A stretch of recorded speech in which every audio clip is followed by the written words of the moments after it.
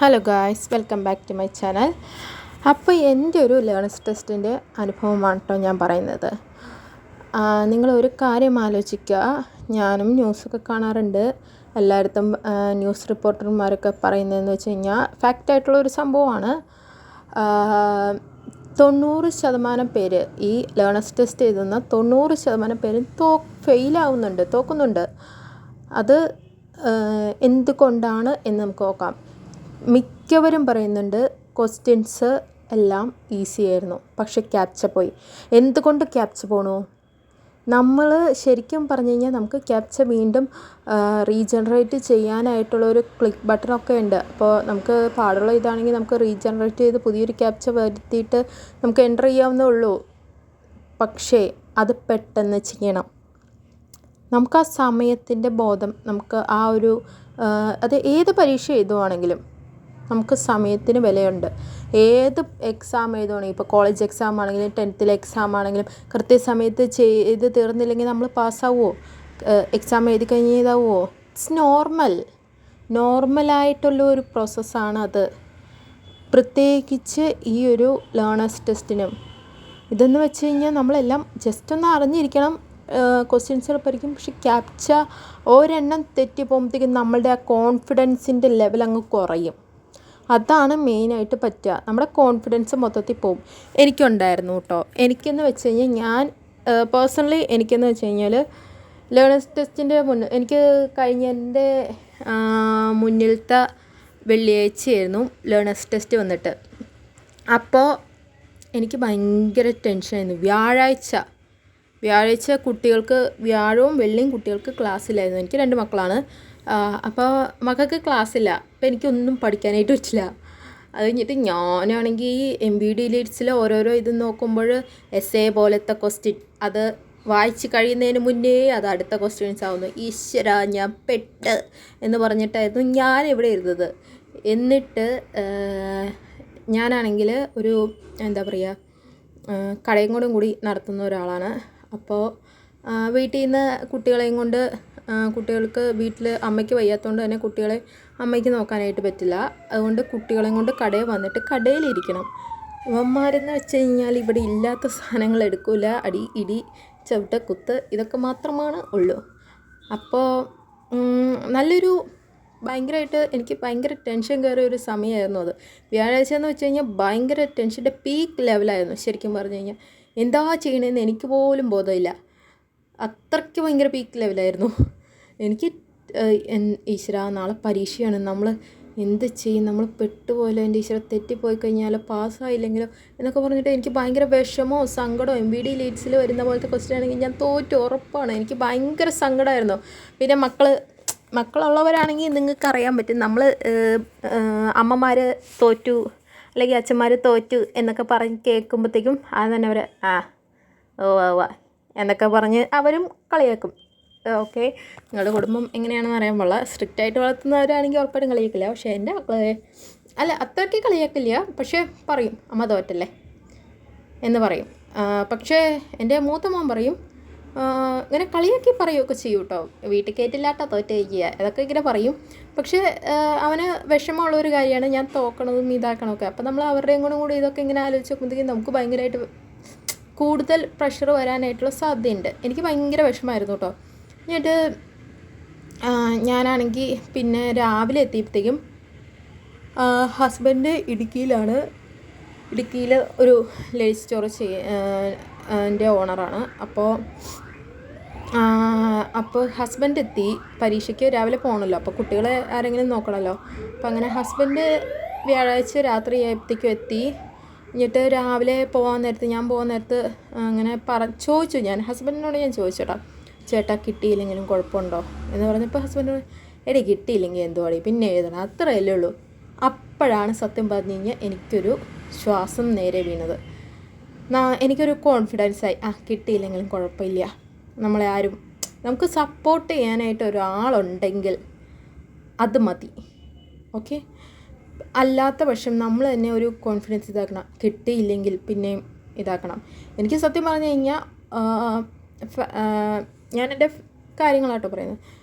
എനിക്ക് ആ ഒരു കോൺഫിഡൻസ് ഇല്ലായിരുന്നു. പക്ഷേ എൻ്റെ ഹസ്ബൻഡ് പറഞ്ഞപ്പോൾ എടി കിട്ടിയില്ലെങ്കിൽ കുഴപ്പമില്ല, വീണ്ടും എഴുതാം, അത്രയല്ലേ ഉള്ളൂ എന്ന് പറഞ്ഞപ്പോഴത്തേക്ക് എനിക്ക് നല്ല ആശ്വാസമായിരുന്നു കേട്ടോ. കുഴപ്പമില്ല, കിട്ടിയില്ലെങ്കിലും കുഴപ്പമില്ല, ഓക്കെ എന്ന് പറഞ്ഞിട്ടാണ് ഞാൻ ഇറങ്ങിയത്.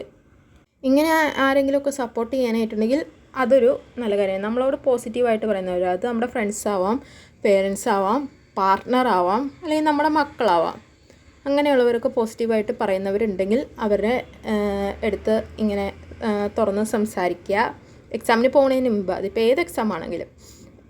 അത് കഴിഞ്ഞിട്ട് നമുക്ക് ആ ഒരു കോൺഫിഡൻസ് കിട്ടുവാണെങ്കിൽ നമ്മൾ പേടിക്കരുത്. അതാണ് മെയിൻ കാര്യം കേട്ടോ. കാരണം എന്താ വെച്ചാൽ ടൈം എന്ന് വെച്ച് കഴിഞ്ഞാൽ 30 ഒരു ക്വസ്റ്റ്യൻ ഞാൻ പറഞ്ഞു 30 സെക്കൻഡാണ് ഉള്ളൂ. അതിൻ്റെ ഇടയ്ക്ക് ക്യാപ്ചയും കൂടി ഫില്ലപ്പ് ചെയ്ത് സബ്മിറ്റ് ചെയ്താലാണ് അടുത്ത ക്വസ്റ്റ്യനിലേക്ക് പോകുള്ളൂ. ക്യാപ്ച തെറ്റിക്കഴിഞ്ഞ് കഴിഞ്ഞാൽ നമുക്ക് അടുത്ത ക്വസ്റ്റ്യനിലേക്ക് പോകാനായിട്ടുള്ള സമയം ഇങ്ങനെ കുറഞ്ഞുകൊണ്ടേയിരിക്കും. അപ്പോൾ ആ ഒരു പ്രശ്നം വരുന്നതുകൊണ്ട് തന്നെ നമ്മൾ പേടിക്കരുത്. നമുക്ക് കിട്ടിയാൽ കിട്ടി, പോയാൽ പോയി, അത്രേ ഉള്ളൂ. വീണ്ടും എഴുതുക, അത്രേ ഉള്ളൂ. പിന്നെ ഈ ഒരു ലേണേഴ്സ് ടെസ്റ്റ് കിട്ടിയില്ല എന്ന് വെച്ചിട്ട് ഇനി എഴുതുന്ന നമുക്ക് ഡ്രൈവിംഗ് ലൈസൻസ് ലേണേഴ്സ് ടെസ്റ്റ് പാസ്സാവാൻ പറ്റില്ല എന്നൊന്നുമില്ല. കുറച്ച് നാളെടുക്കും ലേണേഴ്സ് ടെസ്റ്റ് വീണ്ടും എഴുതിയെടുക്കാനായിട്ടുള്ളൂ, അത്രയാണുള്ളൂ. അല്ലാതെ നമ്മളിങ്ങനെ പേടിച്ച് വരച്ചിങ്ങനെ ഇരിക്കേണ്ട കാര്യമൊന്നുമില്ല. ലേണേഴ്സ് ടെസ്റ്റിനേക്കാളും ബുദ്ധിമുട്ടെന്ന് വെച്ച് കഴിഞ്ഞാൽ നമ്മൾ വണ്ടി ഓടിക്കലാണ്.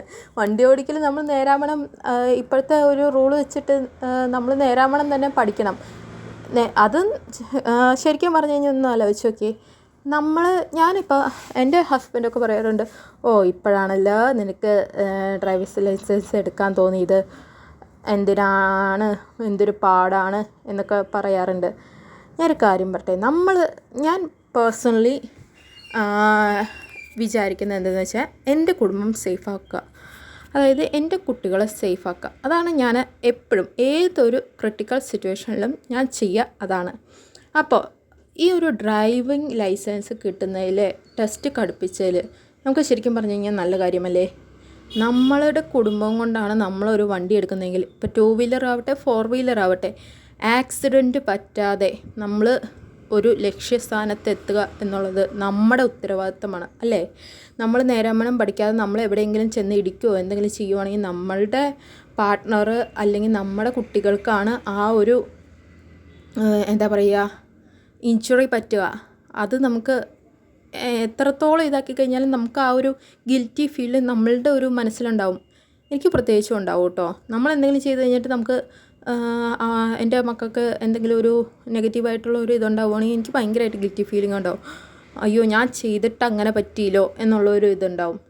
അപ്പോൾ അത് വെച്ച് നോക്കുമ്പോൾ ഇതൊരു നല്ലൊരു കാര്യമാണെന്നാണ് എനിക്ക് തോന്നുന്നത്. എൻ്റെ പേഴ്സണൽ ഒപ്പീനിയനാണ്. പിന്നെ നമ്മൾ കുറേ നാളൊക്കെ ഓടിച്ച് തന്നെ പഠിക്കണം. അല്ലാതെ നമ്മൾ ഒതുങ്ങിയിരുന്നിട്ടൊന്നും ഒരു കാര്യമില്ല. നല്ലോണം തന്നെ എടുത്ത് പഠിക്കുക. ലേണേഴ്സ് ടെസ്റ്റിനായാലും ഇത്രയ്ക്കൊക്കെ കടുപ്പിച്ചത് നന്നായില്ലേ? നമ്മൾ എല്ലാ കാര്യങ്ങളും അറിഞ്ഞിരിക്കണം. അതുകൊണ്ടാണ് പെട്ടെന്ന് ചെയ്യാനായിട്ടുള്ള കാര്യങ്ങൾ അറിഞ്ഞിരിക്കണം. പങ്ക്ച്വലായിരിക്കണം. അതുപോലെ ടൈം മാനേജ്മെൻറ്റ്, ഇതൊക്കെയാണ് ഈ ലേണേഴ്സ് ടെസ്റ്റിൽ മെയിനായിട്ടുള്ളത്. ഇതൊക്കെ നമ്മുടെ ഡേ ടു ഡേ ലൈഫിൽ വേണ്ട കാര്യങ്ങളാണ് ശരിക്കും പറഞ്ഞു കഴിഞ്ഞാൽ. അതപ്പോൾ നമ്മൾ ഇങ്ങനെ ടെസ്റ്റ് ഇങ്ങനെയാക്കി, അത് ഭയങ്കര പാടാണ്, ഇത്ര പേര് തോറ്റു, അതൊന്നും പറഞ്ഞിട്ട് നമുക്ക് കാര്യമില്ല. ഇതിപ്പോൾ ഞാൻ ജയിച്ചത് കൊണ്ട് പറയുന്നതല്ല കേട്ടോ. ഞാൻ തോക്കാനായിട്ടുള്ളൊരു 90% സാധ്യതയുണ്ടായിരുന്നു. ശരിക്കും പറഞ്ഞു കഴിഞ്ഞാൽ ഞാൻ എഴുതുന്ന ആ സമയത്ത് ആദ്യം പോയവരെല്ലാവരും ഭയങ്കര പാടാണ്, ഭയങ്കര ബുദ്ധിമുട്ടാണ് എന്നൊക്കെ പറഞ്ഞിട്ടാണ് തിരിച്ചിറങ്ങി വന്നത്. അപ്പോൾ ഞാൻ ആകെപ്പാട് ഡൗണായി. ഭയങ്കര ബുദ്ധിമുട്ടാണല്ലേ, പോയി, ഇനി അടുത്ത ഓണം വന്ന് എഴുതാം. പിന്നെ ഞാനും വിചാരിച്ചു ചേട്ടനും പറഞ്ഞിട്ടുണ്ട്, ഞാൻ പറഞ്ഞല്ലോ, ഹസ്ബൻഡും പറഞ്ഞിട്ടുണ്ട്, കിട്ടിയില്ലെങ്കിൽ പോട്ടെ അടുത്ത ഓണം എഴുതാമെന്ന് പറഞ്ഞിട്ടുണ്ട്. ആ ഒരു കോൺഫിഡൻസ് ഉണ്ട്. അടുത്ത ഓണയാണെങ്കിലും കിട്ടിയാൽ മതി എന്ന് പറഞ്ഞിട്ടാണ് ഞാൻ കയറി എഴുതിയത്. എന്നിട്ട് എനിക്ക് ആദ്യം കിട്ടി.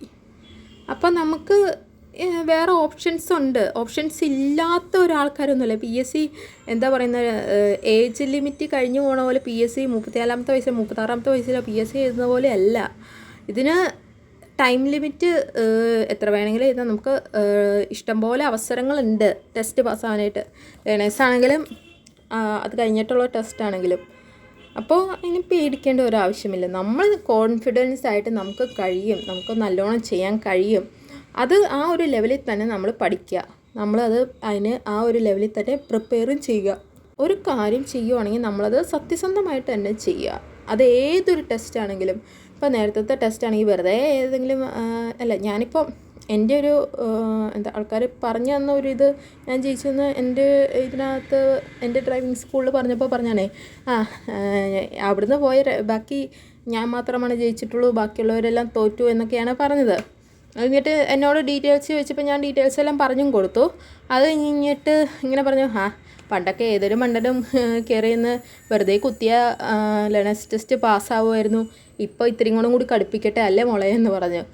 ശരിക്കും പറഞ്ഞു കഴിഞ്ഞാൽ ഇത് കടുപ്പിച്ചത് കൊണ്ട് നമുക്ക് തന്നെയല്ലേ ഗുണം. നമുക്ക് എല്ലാ കൃത്യമായിട്ട് എല്ലാ കാര്യങ്ങളും പഠിച്ച് എല്ലാ കാര്യങ്ങളും അറിവ് കിട്ടുക എന്നുള്ളത് ഇതിനകത്ത് ബേസിക്കായിട്ടുള്ള നോളജാണ്. ഒരു ഡ്രൈവർ അറിഞ്ഞിരിക്കേണ്ട ബേസിക്കായിട്ടുള്ള നോളജ് മാത്രമാണ് ഇതിനകത്ത് ചോദിക്കുന്നുള്ളൂ. ഒരു അപകടം വന്നാൽ എന്താണ് ആദ്യം ചെയ്യേണ്ടത്, അതുപോലെ തന്നെ പിഴകളെ പറ്റി, റോഡ് സിഗ്നൽസിനെ പറ്റി, അതൊക്കെ മിനിമം ഒരാൾ അറിഞ്ഞിരിക്കേണ്ട കാര്യങ്ങളാണ് നമ്മൾ വണ്ടി ഓടിക്കുന്നതിന് മുന്നേ. അപ്പോൾ അതൊക്കെ പഠിക്കാമെന്ന് വെച്ച് കഴിഞ്ഞാൽ നല്ല കാര്യം തന്നെയല്ലേ. അതൊന്നും നിങ്ങൾ നെഗറ്റീവായിട്ടൊന്നും എടുക്കേണ്ട ഒരു കാര്യവുമില്ല. നമ്മളത് കോൺഫിഡൻസോട് കൂടി നന്നായിട്ടിരുന്ന് പഠിക്കാം.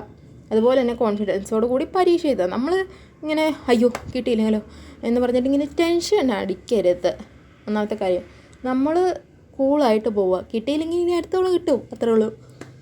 ഞാൻ എന്തെങ്കിലും അങ്ങനെയായിരുന്നു, എനിക്ക് തവണ കിട്ടിയില്ലെങ്കിൽ അടുത്ത തവണ കിട്ടും, അത്രേ ഉള്ളൂ. ഇപ്പോൾ കിട്ടുമോ കിട്ടാതിരിക്കുമോ അത് ഓരോരുത്തരുടെ ക്വസ്റ്റ്യൻസ് പോലെയും അതുപോലെ തന്നെ നമ്മൾ ആ ടെൻഷൻ അടിക്കാതിരിക്കുന്ന പോലെയൊക്കെ ആയിരിക്കും. പിന്നെ ടെൻഷൻ അടിക്കാതിരിക്കുക. കിട്ടിയില്ലെങ്കിൽ ഇല്ല, അത്രേ ഉള്ളൂ. അടുത്ത തവണ എഴുതുക, എടുക്കാം.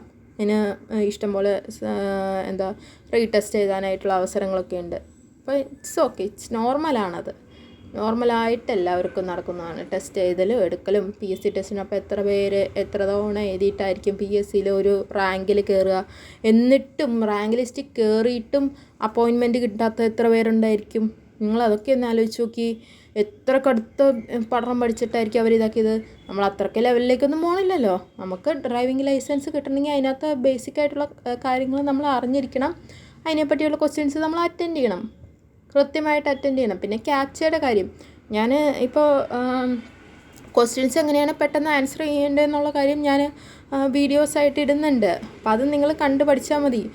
ആ ഒരു ക്വസ്റ്റ്യൻസ് പെട്ടെന്ന് നമ്മൾ തിരിച്ചറിഞ്ഞ് അതിൻ്റെ ആൻസേഴ്സ് തിരിച്ചറിഞ്ഞ് പെട്ടെന്ന് ക്ലിക്ക് ചെയ്ത് സബ്മിറ്റ് ചെയ്ത് കഴിഞ്ഞാൽ തന്നെ നമ്മുടെ കുറേ സമയം ലാഭിക്കാനായിട്ട് നമുക്ക് പറ്റും. പിന്നെ ക്യാപ്ചയുടെ കാര്യം ഒരു തവണ തെറ്റിയാലും കുഴപ്പമൊന്നുമില്ല. അത് വീണ്ടും നമ്മൾ ട്രൈ ചെയ്യുക, റീഫ്രഷ് അടിച്ച് പുതിയ ക്യാപ്ച വരുത്തുക, അങ്ങനത്തെ ഒക്കെ കാര്യങ്ങളൊക്കെ ചെയ്യുക. വെറുതെ ടെൻഷൻ അടിക്കരുത്, അത്രയുമാണ് ഉള്ളൂ. ഓക്കെ. അപ്പോൾ ഇനി എഴുതാൻ പോണവർക്കും എല്ലാവർക്കും ഓൾ ദ ബെസ്റ്റ്.